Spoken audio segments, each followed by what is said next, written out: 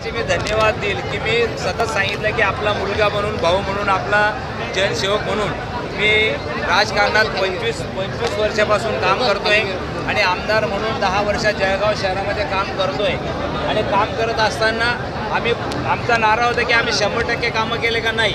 आम्ही म्हटलं होतं 50% कामं झालेले, 25% कामं हे पाईपलाईनमध्ये म्हणजे भूमिपूजन झालेलं कामं अपूर्ण आहे आणि 25% कामं राहिलेली येणाऱ्या काळामध्ये आम्ही ते जनतेच्या आशीर्वादी पूर्ण करणार आमचा नारा होता।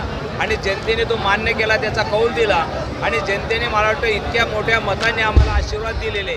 मी जनतेचे ऋण व्यक्त करतो, पक्षाचे ऋण व्यक्त करतो, सर्व नेते कार्यकर्ते, नामदार गिरीश असतील, आमचे सर्व महानगरचे अध्यक्ष असतील, कार्यकर्ते असतील, त्यांचंही मनोबल ऋण व्यक्त करतो।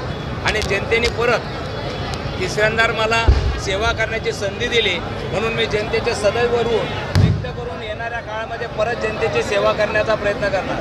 मुख्यमंत्री म्हणून कोणाला बघताय तुम्ही आता? नाही, पक्षाचा तो पण आमच्या भारतीय जनता पार्टीचं स्पष्ट म्हणजे जो 100च्या वरती आकडा गेलेला आहे, त्याच्यामुळे आमच्या पार्टी म्हणून भारतीय जनता पार्टीचा मुख्यमंत्री बनावा असं कार्यकर्ता आमची मागणी असेल। शेवटचे हायकमांड आमचा जो निर्णय घेतील तो आम्हाला मान्य असेल। ठीक आहे, ओके।